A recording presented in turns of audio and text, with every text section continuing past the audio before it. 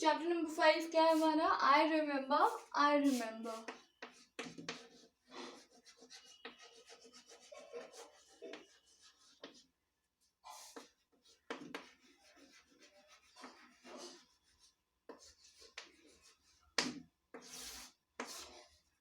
तो I remember क्या हो जाएगा? तो ये क्या है हमारा? पार्ट 3 है। It is written by Thomas hood.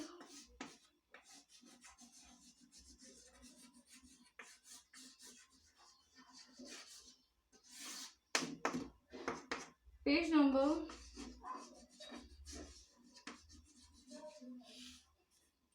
36। Open your books. First of all अपनी भी किताबें खोल लीजिए। Page number 36।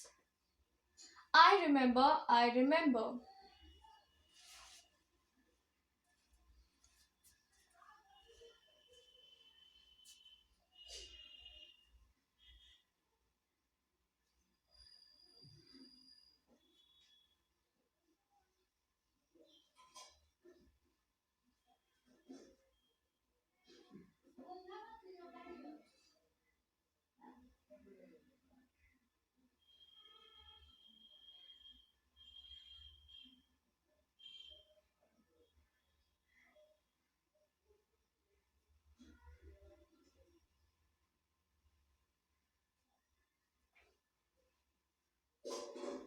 So basically what we have discussed here, Thomas Hood ने इस पोएम में एक पर्सन के बारे में बताया है जो अपने पुराने टाइम को याद करता है और जो कि अपने चाइल्डहुड को याद करते हुए सिंपली ये कहता है कि I remember that kind of place at that kind of time, जब मैं कह सकते हैं कि जब मैं पैदा हुआ था उस छोटे घर में जहाँ पर सूरज की रोशनी आती थी खिड़कियों में झांकते हुए, और जो कभी भी ना कभी देर होती ना कभी बहुत जल्दी, मतलब बिल्कुल सही समय पर, वो एक्यूरेसी समय पर निकलती, और ना ही वो सारे दिन रहती।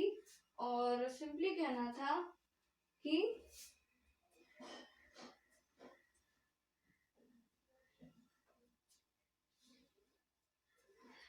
मुझे वो भी याद है जहाँ पर लाल गुलाब, सफेद गुलाब निकले थे, जहाँ पे लिली कप्स निकली थी, वो फूल जो कि बहुत ही ब्यूटीफुल थे, वो सारी बहुत ही खूबसूरती के साथ बने थे, जिसपे मुझे वो भी याद है जिसपे लैबोरम ट्री पर हम अपने भाइयों का बर्थडे सेलिब्रेट करते थे। तो इससे क्या पता लगता है कि कहीं ना कहीं थॉमस हुड हम लोगों को एक्सप्लेन ये करना चाहते हैं कि आई रिमेम्बर मतलब मुझे याद है वो समय जब मैं छोटा था और ये सारी चीजें हुआ करती थी। So next paragraph, I remember where I was used to swing, मतलब उन्होंने कहा कि मुझे याद है वो जगह, मुझे आज भी याद है जहाँ मैं झूला झूला करता था। And bought the air must rush as fresh, मतलब वो जो and thought the air must rush as fresh, मतलब जो हवाएं थी वो इतनी ठंडी चलती थी जैसे कि बिल्कुल ताज़ी हवाएं चल रही हो। To swallow on its wings, और उनकी जो हम लोग कह सकते हैं कि उनके जो पंख थे, मतलब हवाएं ऐसा लगता था कि अपने पंखों को हिला रही हैं जिसकी वजह से वो हवाएं चल रही हैं। My spirit flew in the feathers then, that is so heavy now, मतलब कह सकते हैं कि उस समय हर छोटी छोटी चीज़ भी बहुत ज़्यादा खुशियाँ देती थी, चाहे वो हल्की सी बारिश हो या झूले हो या खिलौने हो या अच्छा समय हो या फिर हवाएं हो, ये सारी छोटी छोटी चीज़ें भी उस समय इतनी खुशी दिया करती थी, जबकि अब ये सारी चीज़ें बहुत ही भारी लगती है। The summer pools could hardly cool the fever on my bro, कह सकते हैं जो पूल्स होते थे वो बहुत ज़्यादा ठंडे होते थे, इस वजह से मुझे बुखार हो जाता था। I remember the for tree dark and high, मतलब उन्होंने कहा मुझे याद है वो फर का पेड़ जो कि बहुत कह सकते हैं डार्क था और बहुत ऊंचा था। I used to think their slender tops were close against the sky, मतलब उनका ये सोचना था कि इसके जो एकदम सीधे जो ब्रांचेस हैं क्या वो आसमान तक जाती हैं। आगे, It was childish ignorance, but now just little joy. मतलब कह सकते हैं कि ये सारी चीजें बचपना थी, पर अब वो सारी चीजें बहुत ही ज्यादा खुश करती हैं. To know that I'm the father of from heaven, that when I was born. मतलब कहा ये जा रहा है to know that I am, कि मैं उतना मासूम नहीं था जितना कि मैं एक लड़का था. मतलब इसका क्या मतलब हुआ कि भले बच्चों में बहुत मासूमियत होती है, दे आर सो इनोसेंट, और हर एक बच्चे का बचपन एक जैसा नहीं होता है. सबका थॉट, सबका एक्सपीरियंस अलग अलग होता है. तो यहाँ पे हम लोगों ने ये डिस्कशन किया कि किस तरीके से यहाँ पर ये चीज देखी गई कि थॉमस हुड अपने पुराने टाइम को याद कर रहे हैं और ये कह रहे हैं कि I remember the time when everyone was just admiring and everything was looking so beautiful at that time. मतलब वो सारी चीज़ें उस समय बहुत ज़्यादा खूबसूरत लगा करती थी, वो सारी चीज़ें उस समय बहुत ज़्यादा ब्यूटीफुल लगा करती थी, और हर एक छोटी छोटी चीज़ें हमें खुशी दिया करती थी. चाहे वो झूले हो, चाहे वो सूरज की किरणें हो, चाहे वो हवाएं हो, या फिर कोई पेड़ हो. तो ऑब्वियसली बात है, हर एक बच्चे का चाइल्डहुड में ये सारी चीज़ें बहुत मैटर करती हैं. आप लोग क्लास 8 में, आप लोग क्लास 9 में जाएंगे तो उसमें एक चैप्टर है, फर्स्ट चैप्टर है लॉस्ट चाइल्ड करके.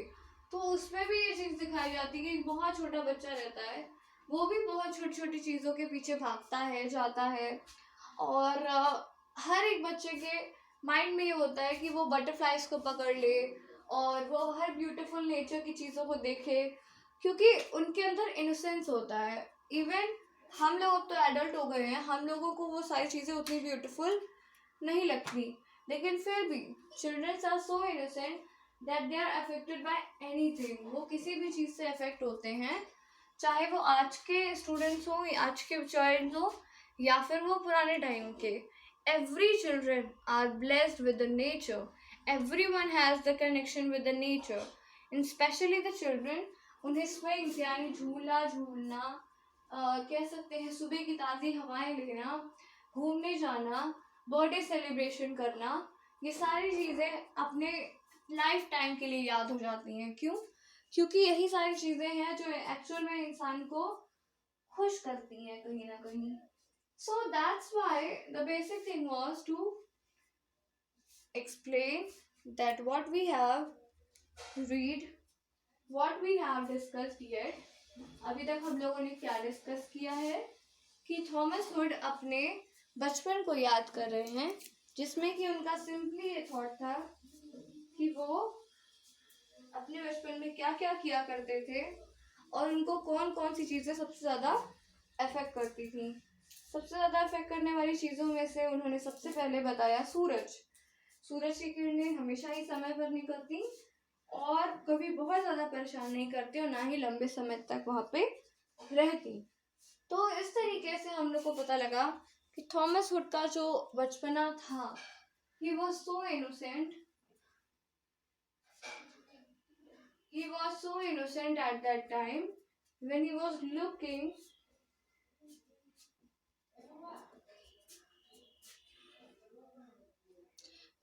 looking at the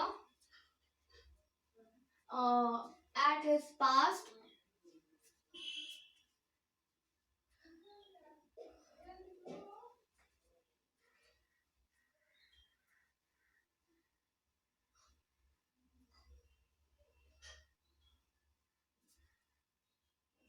So now we will discuss the next segment of the next video.